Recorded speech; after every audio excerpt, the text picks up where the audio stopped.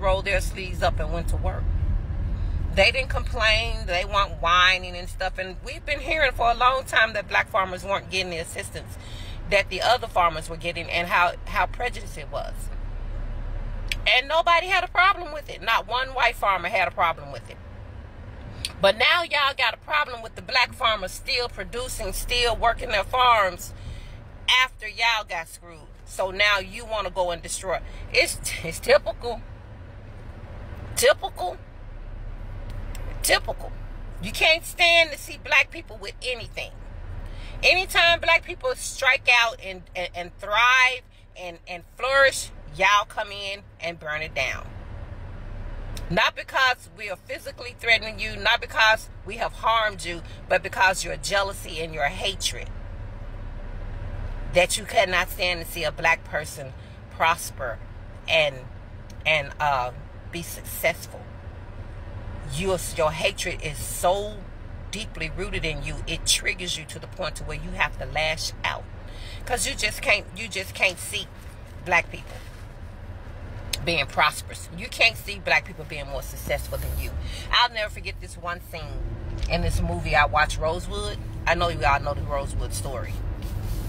When they raided those black people's homes, when they came into that town to Rosewood and started butchering and killing, they were in one house of one of the people, and it was the son of the woman that Esther Rolle played, and he played the piano. He had a piano in his house, and when they broke into his home, one of the white tea men was sitting over there looking at his piano. How come he got a piano? I ain't got a piano. You don't even know how to play a freaking piano. You didn't even want a piano. You just hated the fact that a black man had something you didn't. And that's all Rosewood attack was about. Rosewood was a flourishing black prosperous town where black people were living just as good, if not better, than some of the whites there. And it was all their material gain that had y'all so triggered. So when that white woman lied, that's all y'all needed. And y'all went in there and tore everything up, not because they, like I said, not because you were threatened, not because your lives were in danger, but because you hated the prosperity of black people. And it's the same thing going on now with these farmers. But y'all, you did this to yourself. These are, I keep saying, it's self-inflicted. You ruined your farm. You destroyed your farm. So take it out on you. Don't take it out on black men out here working their ass off, doing what they got to do, and no support like y'all had. So leave them folk alone. Y'all brought this upon y'all selves. Deal with it. You went out there and wholeheartedly voted for Donald Trump, supported Donald Trump, and some of y'all still hollering y'all still support him, even though y'all done lost all your livelihood. You can't fix that. You can't fix that. Leave it alone. That's to the grave. Yeah, that's to the grave. You don't even waste your time on that.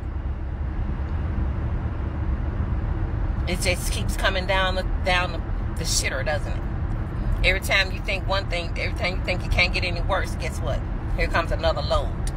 And this ain't the last one coming. I just thought y'all might want to know about those Texas farmers. Yeah, it's bit them as well.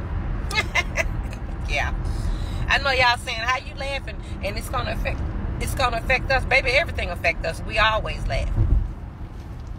That's how we heal. That's how we heal. That's how we get through. We've learned to laugh. Something y'all will never ever be able to do. So anyway, y'all have a great day. I just wanted to bring that little tidbit to you. And I will be talking to you guys a little later. Y'all have a good one. Hey, Texas farmers, before I get the hell out of here, one quick question. Yeah, I got a question. Is it great again yet? Asking for a friend. Have a great one. And if you ain't faring well, please fare well where you are. So I'm still in the village here in Africa, and I'm enjoying a peaceful, stress-free world. I don't have to pay for everything. This is ancestral land. You don't have to do that, right? I am a farmer. I love farming. How about you? Are you free where you are? Are you comfortable? Do you feel like you need to buy everything to survive? No, you don't have to. In Africa, yes. So today's video is about black farmers, right? Black farmers in the United States of America. White people, or rather the white farmers, have now said they'll take their pressure, or rather they are insinuating, or rather they are implying they're gonna react negatively to black farmers. Because remember when the taxes and the catastrophes which was as a result of Trump's laws, right? We first had the Nebraskan farmers, second we had the Texas farmers, right? Next, I don't know who it will be. So it's not easy for them, for the white farmers, and now they are sitting back asking themselves, why are we complaining? Why are the black farmers not complaining? It's not like Trump is favoring black farmers, no. It's something we are used to each day, right? And now they feel like black farmers are not standing up with them. They feel like black farmers have abandoned the fight for the right cause. The right cause being the fight for the farmers in general. But I'm telling you, it's not as they look at it. It's not as it seems. The laws that, the taxations, the tariffs, even right now, the bill that Trump passed about the taxations that will be happening on every US dollar sent outside United States of America is also going to affect the black farmers, right? It's only that we've come up front and we've developed, we've been accustomed to too much of this racism to such a way that we've become deaf, we've become immune to the problems of Trump. Now, it's funny how white farmers are reacting, or rather it's funny how white farmers are talking about black farmers, pretending that we are not affected. We are affected, but we are cool with it. We have always been affected. They are affected and they are disappointed. Actually, the right word is disappointed. Yes. So I want us to watch these videos, listen to these white farmers, listen to their lamentations. I shall get back by the end of the video where we shall also have a deep, critical analysis. Let's dive in. Did y'all hear? Did y'all hear about the Texas farmers? Did y'all hear the Texas farmers had to close their farms, had to shut it down? Texas farmers have gone completely bankrupt.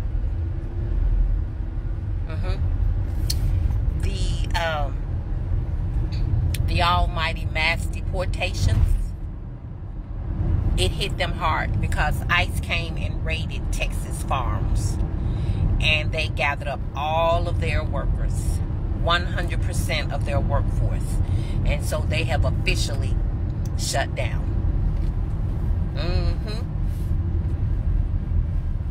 Yeah. Texas farmers who voted for Trump, who supports Trump, have lost their farms. Add them to Nebraska. Add them to was it Iowa? All those states that are where farms are heavy. Add them all to the list. You guys are losing your farms one by one. All because y'all supported and voted for DJT.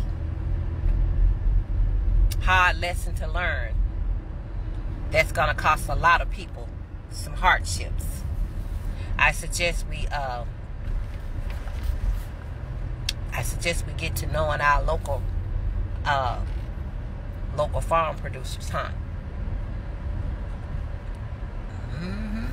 I know we have a farm market every, I think it's one Saturday out of the month here, where we have local black farmers bring in their produce and sell it at this farmers market. I think it's going to be a lot of that going on, because they have really screwed the pooch this time. Yeah. So, and now they're crying because they can't get Americans to come and work their farms, aka black people. But one really curious, mind-boggling thing going on at the same time that kind of has me a little, black farmers aren't having these issues. Black farmers are still producing. They're still working. They're still operating. So much so that I've heard, it's been rumored that some of these white farmers are trying to burn down the black farmers' farms because they don't have the issues they have. And the only reason the black farmers don't have the issues they have is because they were cut out of all those subsidies that the farmers were getting. It wasn't for black farmers. So black farmers were never set up for failure. Oh, I'm laughing at these white farmers that voted for Trump and now they're losing their farm. Oh, so sad. Man, you know, you MAGA followers, my bad, need to pick yourselves up by your bootstraps. You know, tie them things up real tight and get in them farms to get the plowing. You better go hire some MAGA people. Oh, they don't want to work in your farms. You thought when Trump said, oh, the immigrants are taking black jobs, you think we didn't know what he was saying? Talking about, we don't work in the field. That was slavery days. And you thought that you was going to get you a slave. No, we're not coming. We're going to watch your farm go down while you continue to come on TikTok crying because you did it to yourself. And we don't care. We were evacuated yesterday, and we are officially at an extended stay that allows pets, because thankfully I was able to save my 2 kitties, Howard and Heidi, and my mom and dad were able to save their indoor dogs. They did lose their cat Boots. My Aunt Donna, which I did not know at the time of filming the first video because it was so much damage I couldn't even comprehend. I looked across the creek to her side of the property and it was just flat. Everything was gone. She lost all of her cats because she had to dive out of her home as it was disintegrating around her. She floated down raging waters, dodging debris for like 1.5 miles before she caught on to a pylon or a fence or something off of Round Mountain Road. And thankfully the police were able to snatch her up. Her neighbor was on a pole next to her and he lost his wife and his 2 kids. I need you to know that that first video was shot at first light. We had just spent hours just trying to survive, and I will recount that story when I have the emotional bandwidth to. Just know for the people who are commenting and supporting and sending their love, I am so appreciative. People suggesting tips and tricks and places to call, people requesting for a GoFundMe. I will be adding one of those into the bio. Can you do that? I don't know. I'm gonna figure it out. It's just, we spent today calling insurance and getting prescriptions refilled. Where do you start when it's everything, you know? We have this saying in my family, one bite of the elephant at a time. That's why I have this guy as a daily reminder to chill the fuck out. But this is a lot. So if I can make one request though, please stop making this political. It's not. I'm a political girly. I do not agree with the politics in the general of my state, but it doesn't matter. It's too big, guys, okay? So let's just keep showing empathy. And again, thank you for all the support. And I'm gonna make it my life's mission to build this place back. And it's gonna be a journey, but we're gonna do it. And I'm gonna put it on here for everyone to see. Maybe day 4, I can recant the horror tale, but I am really glad that my people are alive, and I'm so sad for the people who are not, and just, let's keep it empathetic. When it comes to the white farmers who are losing all of their workers and are about to lose their farms, I say that's the way it was always meant to be.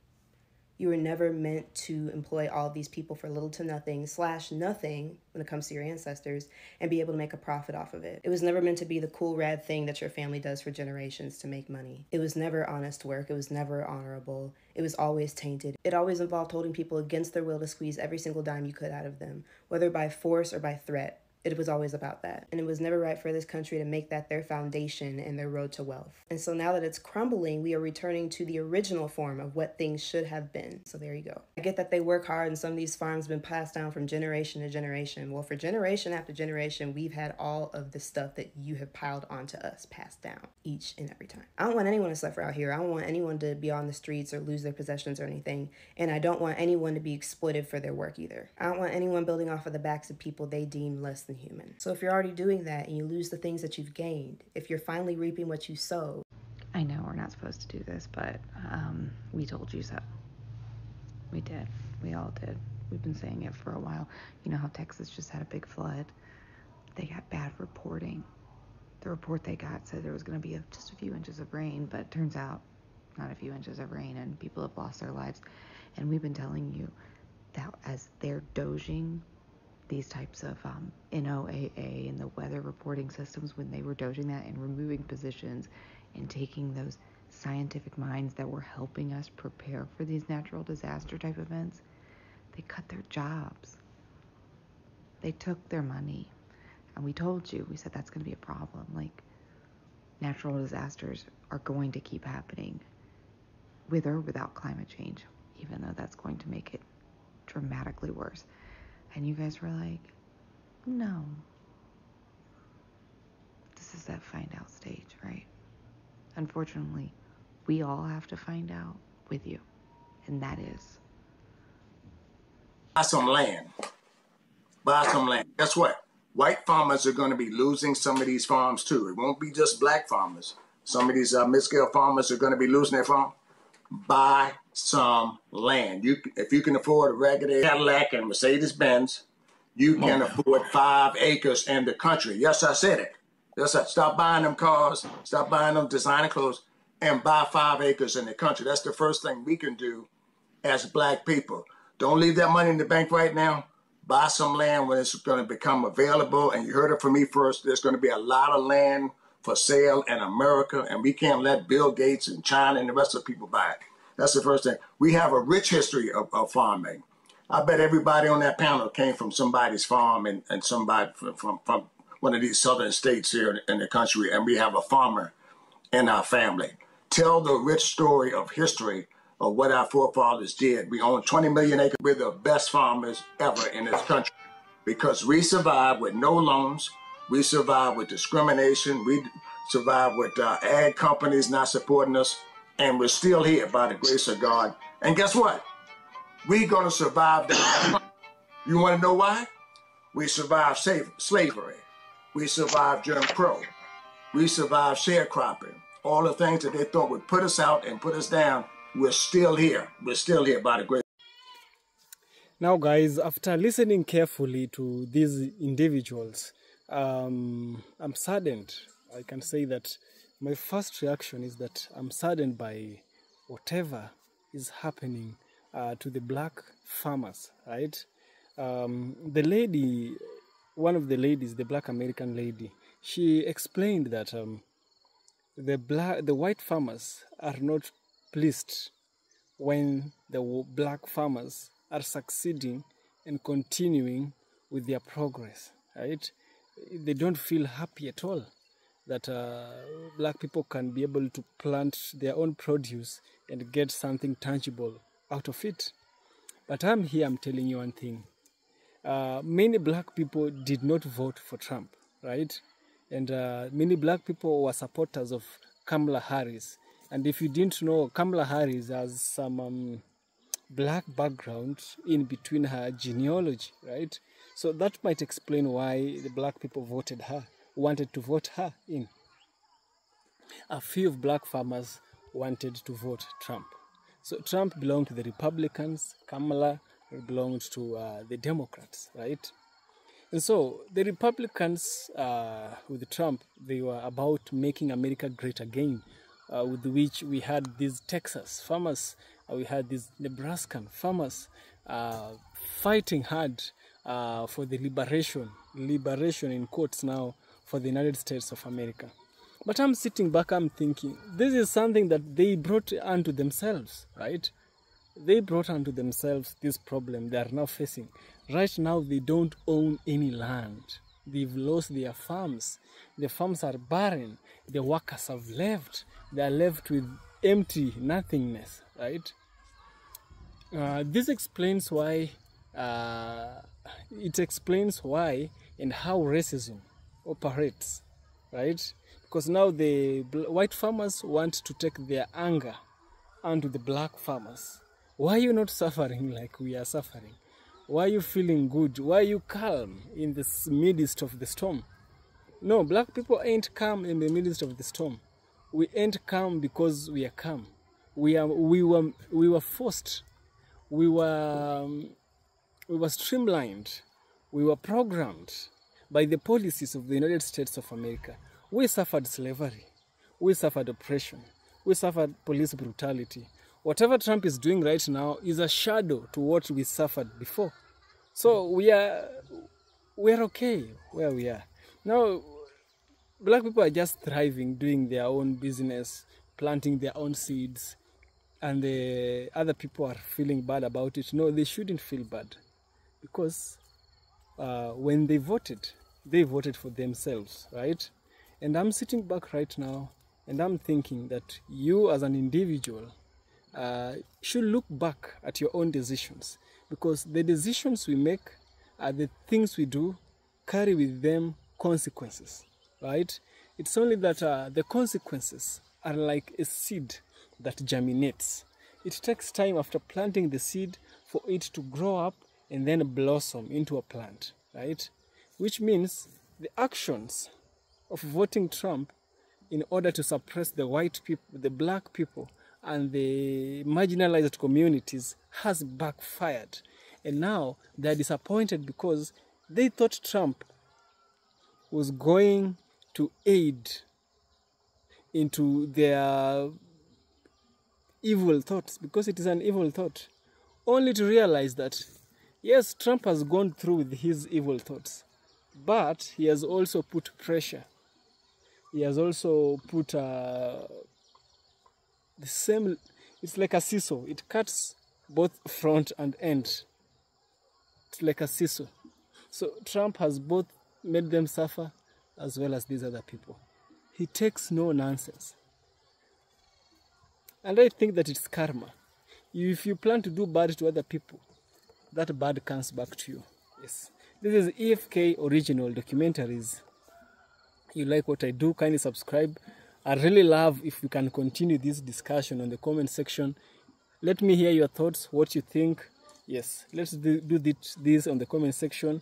Support me by subscribing, deliver something on my Patreon. Thank you so much for those who have donated something on Patreon. I'll surely appreciate. And see you in the next one. Remember to subscribe.